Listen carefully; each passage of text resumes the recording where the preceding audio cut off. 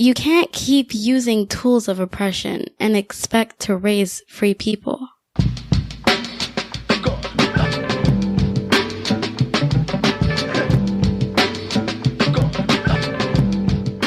Episode 80. I'm starting out in a space of deep appreciation for the feedback that y'all are offering us as this community expands. Like, yo, I make so much sense in this space. There's not a lot of spaces where I can say that. And I know you feel me. If you listen to this podcast, there's a lot of spaces where you don't make a lot of sense either. Your choices don't make a lot of sense. But here with us now, as we do this work, as people who are nurturing young people, as parents or as educators, as we do this work, we make sense to each other. We remind each other. We help each other to remember how to empower ourselves. We listen to each other. We see each other. There are things that we don't even have to say with words. Oh.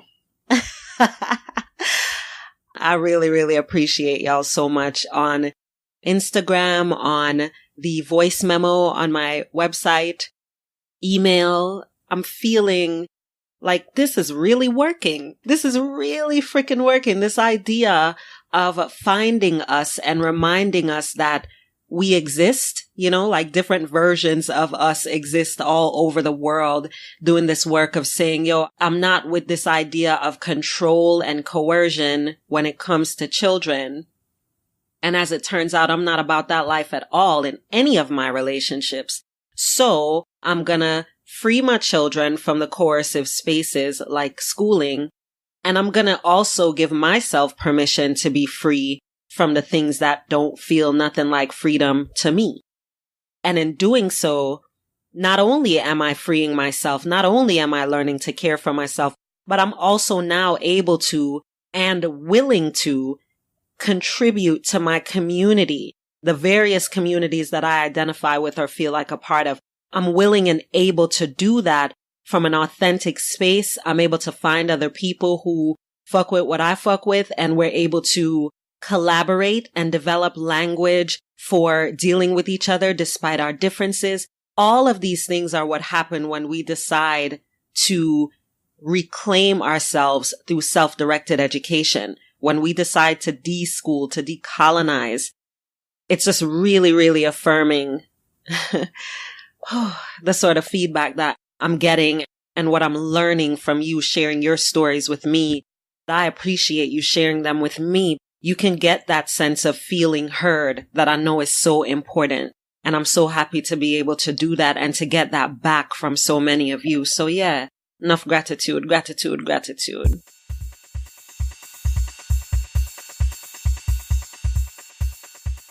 While we're on the gratitude private jet, I want to salute our newest Fair of the Free Child patrons, Makiba, Amanda, and Sir or Sire, I don't know.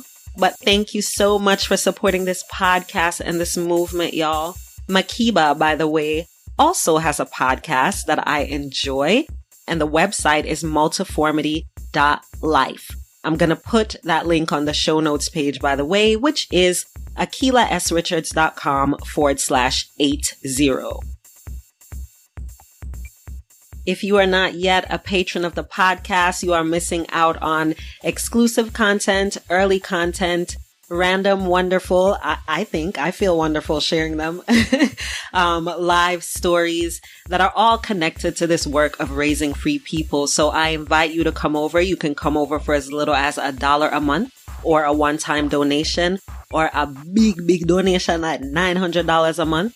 All of those are welcome and easy to do over on patreon.com/Akila.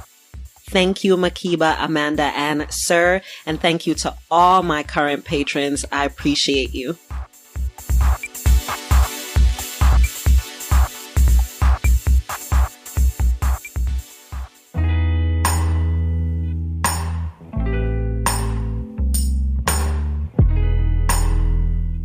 Curing colonized imaginations.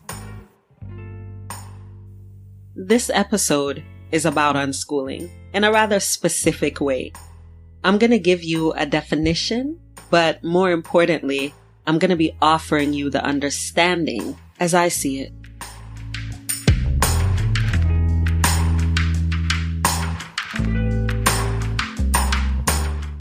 So I'm packing and preparing today to head to Pittsburgh for a talk around self-directed education and its benefits, what it solves, especially for Black people in all of our expressions and locations. And when I do these talks in public spaces, I will almost always get asked this one question: how do you unschool? Or a variation of the question, what exactly is unschooling? So when that first started happening, I was like, man, fuck that. Stop thinking about the system like a definition and just start feeling it through. It's a life, it's living. Da, da, da. All of that is true. However, as I look up from my initial reaction and kind of breathe a little bit and feel through the response, it's different. It's just like episode 74, which is basically now like the flashing light leading folks to the rest of our community and conversation on this podcast. I want to start doing more episodes that answer one particular question. So on episode 74, the one particular question that was asked by Yolandi, what up Yolandi? The question was, what does raising free people mean? Like for real, unpack that shit. Complain with it, And that's what happened. And y'all told me you needed that. Your feedback, which I'm still getting, is amazing. I listen to your feedback and I'm doing what unschoolers do here, which is strewing, a process of mindfully, lovingly introducing information or ideas or topics into the household. In this case, we're introducing it into our community here with you and me. And I'm putting something on the coffee table and inviting your exploration. Maybe even some more conversation about this. Okay. So I'm going to give you a definition, one that I've shared before in my writing mainly. So if you've read my Unschooling Explained ebook, parts of this might sound familiar. So I'm offering this definition so you can invite people in your life to listen to episode 80. You'll get a definition, both a short one and a more detailed one about what unschooling is and what it means. But I'm also going to offer you the understanding of unschooling as I see it. Not for you to see it the way that I see it, but so that you can remember that you must figure out your own understanding of it. And that you never have to feel like if you want to unschool, you don't know where to start. Okay? You don't have to feel like that, not for long. You'd never need to feel that way for long. Just deciding is the starting point. And the research and in-person connections you make, and most importantly, your child, if you're consistently deciding to listen to them, all of that will help you design what unschooling is and what it means for your family.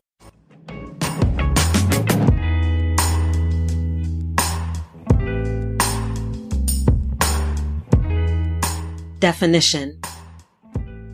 Unschooling is a way of life that is based on freedom, respect, and autonomy. In essence, it is a child-trusting, anti-oppressive, liberatory, love-centered approach to parenting and caregiving. So, not just for parents, but also for educators and other people who help to raise your child. Unschoolers like to say that learning is a byproduct of living, not a separate thing from living. One way to distinguish unschooling from other parenting or education methods is to ask, did the child choose to do this activity? And can they quit whatever they're doing with no recourse or pushback from an adult? If the answers to those two questions are yes, it's unschooling.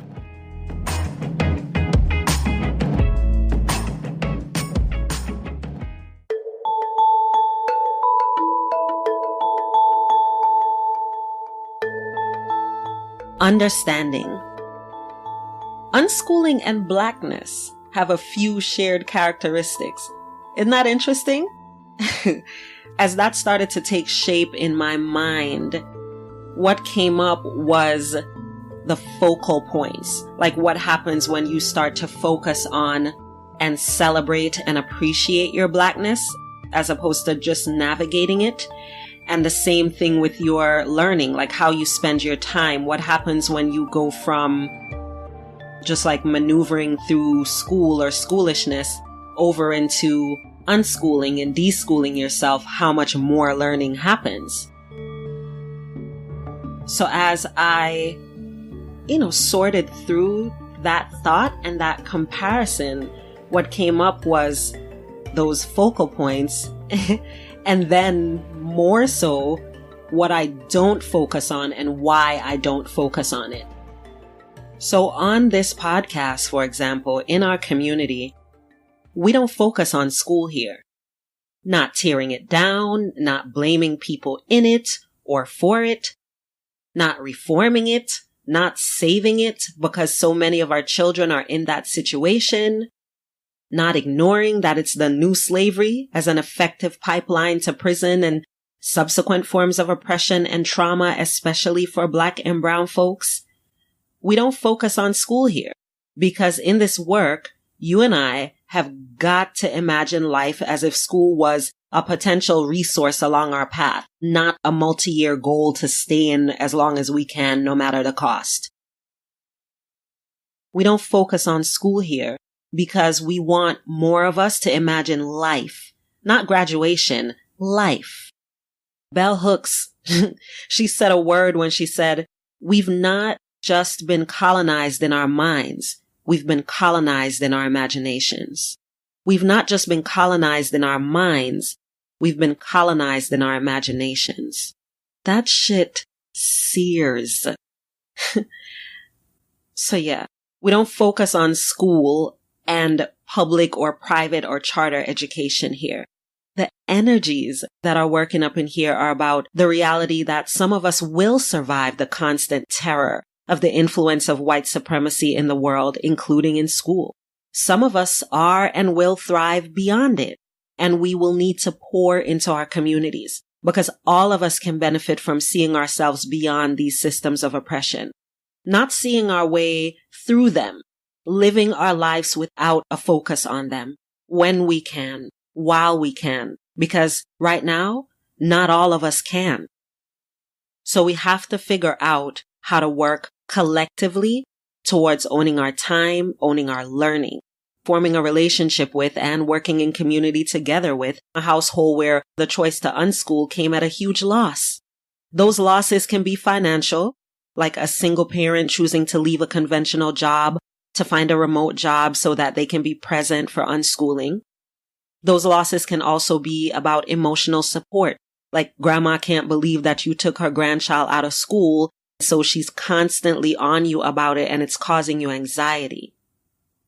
The losses can also be logistic, like folks are looking at you to fail because they told you this was a bad idea. Now they're not available to help you with picking up your child from this practice or whatever, because now they're in their feelings about this crazy self-directed thing you're testing out on your child. These are all real examples from real people's lives. So the cost and perhaps the barriers to access of unschooling are about many things, not just money. And we need to work together to disappear these barriers. And we do this piece by piece when we, in our homes and in our communities, test out ways and research ways to feel safer about where our children are spending their days if we don't subject them to forced schooling. And this has to become our priority so that it's a normal, accessible option for anybody. And that can't happen if we're focused on fixing or fitting into these systems more than we're focused on living and thriving despite the pervasiveness of those systems. We have to imagine not just surviving schooling, but supporting communities in living and learning freely, openly, in collaboration with local and virtual community, internationally, super specifically for particular identities who want to do this just for their specific groups, and learning that expands boundaries and builds on learning that not language or thousands of miles can stop because the internet. We, or I'll say I, love the term unschooling because I am pushing back against this particular system, but I don't focus on school here we got to imagine and live beyond the things designed to oppress us. And in imagining and then step by step, living out a life that is not centered on fear of the things that have oppressed us, I want to offer the understanding that unschooling is not a monolith. There is no one single globally accepted unschooling experience. Unschoolers show up differently based on where we live, what we value, how our immediate community responds to our presence or choices, how we identify, all of that. I'm sure there's some common ground experiences of unschooling on a global scale, but the differences, they are vast and varied and vital to defining one's unschooling practice. So the question isn't what does unschooling mean or how does one unschool? I think a better question is what does unschooling explore? Or further, what might we explore if we choose unschooling now? Because it's dangerous to focus on the definition without being deliberate about gaining understanding. Seriously, the analogy that I'm going to take the risk to draw here is by using the term diversity, that term, that definition, especially in our communities as folks from all races and backgrounds who come together under our shared belief in self-directed education. The term diversity, it speaks to what we want, like what we imagine, but it doesn't speak to the factors that come with that.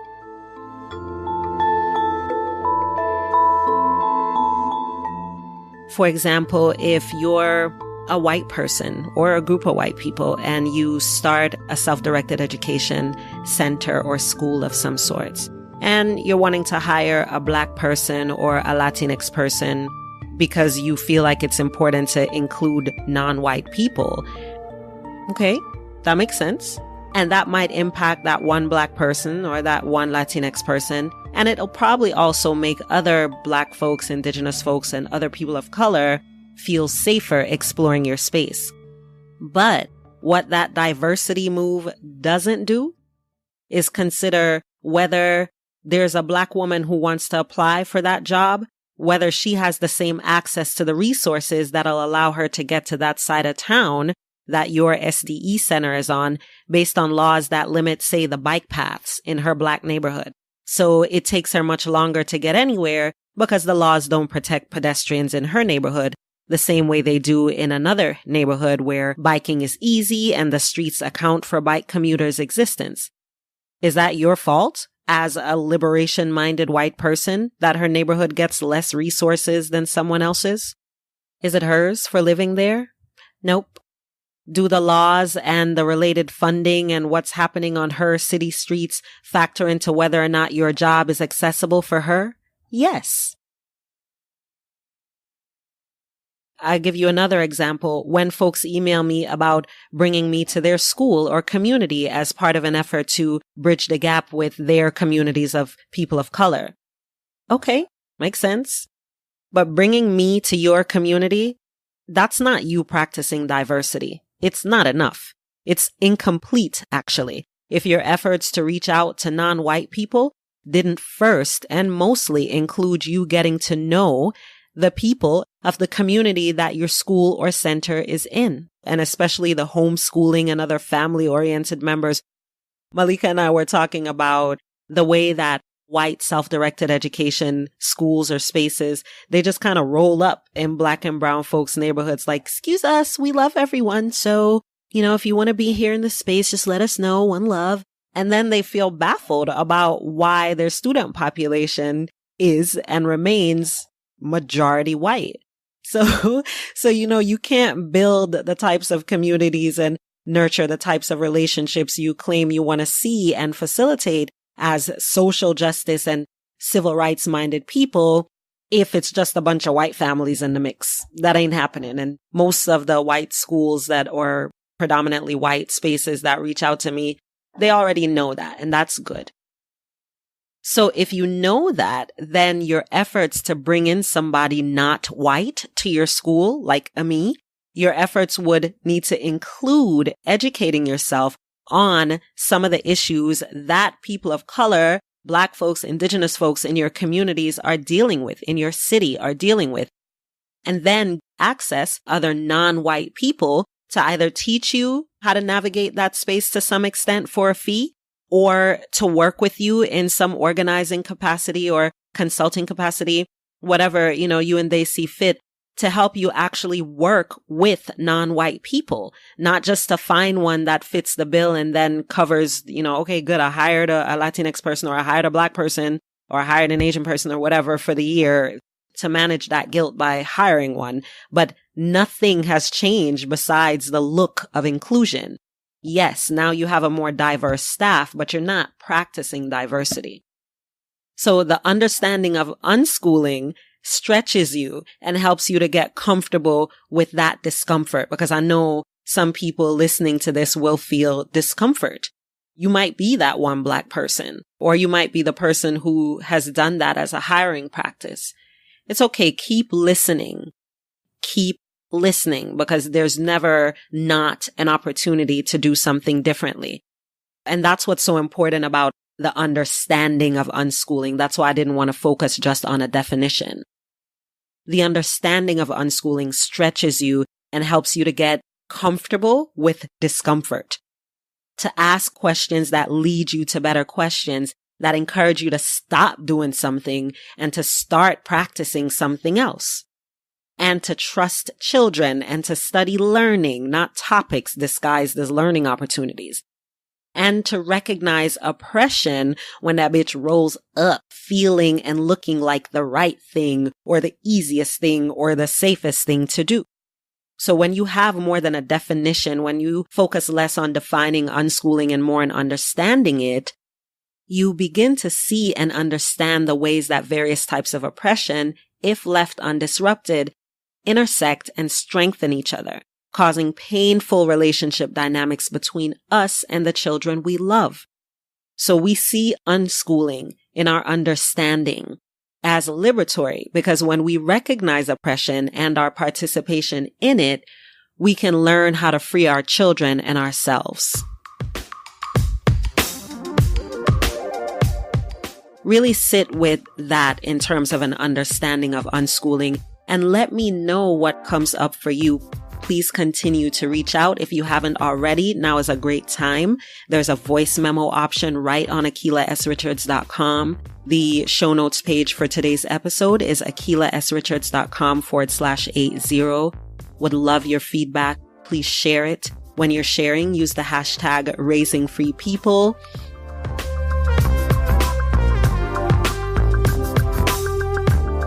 I'm really active on Instagram at Fair of the Free Child, FARE. Be sure to follow along. Also, as I mentioned, a few of the bits of this episode came from my Unschooling Explained ebook, so I'll put a link to getting that on the show notes page. Also wanted to mention, while I was talking about unschooling and Blackness today, that I found a Facebook group, Unschooling While Black. Oh my gosh. If you're not following on IG, again, please do so, because I reposted the sister, I think her name is Marilyn. I reposted an image of it and a link to her Instagram page.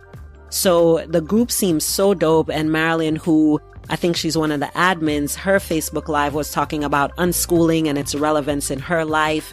She gave a lot of resources. This is so important to see us with all our similarities and differences, sharing out loud the ways that we're learning to decolonize our thinking and embrace learning and help our children and ourselves to get and stay free. I'm going to put a link to both the Facebook and Instagram pages of Marilyn and the Unschooling While Black Facebook group. Be sure to check that out.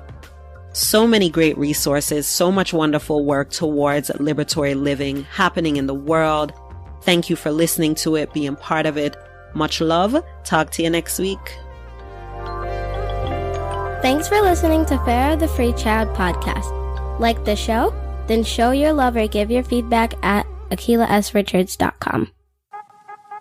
Fair of the Free Child is a weekly podcast that centers diverse narratives, insightful commentary, learning with our children and deschooling ourselves, owning our multiple identities, and treating children with dignity.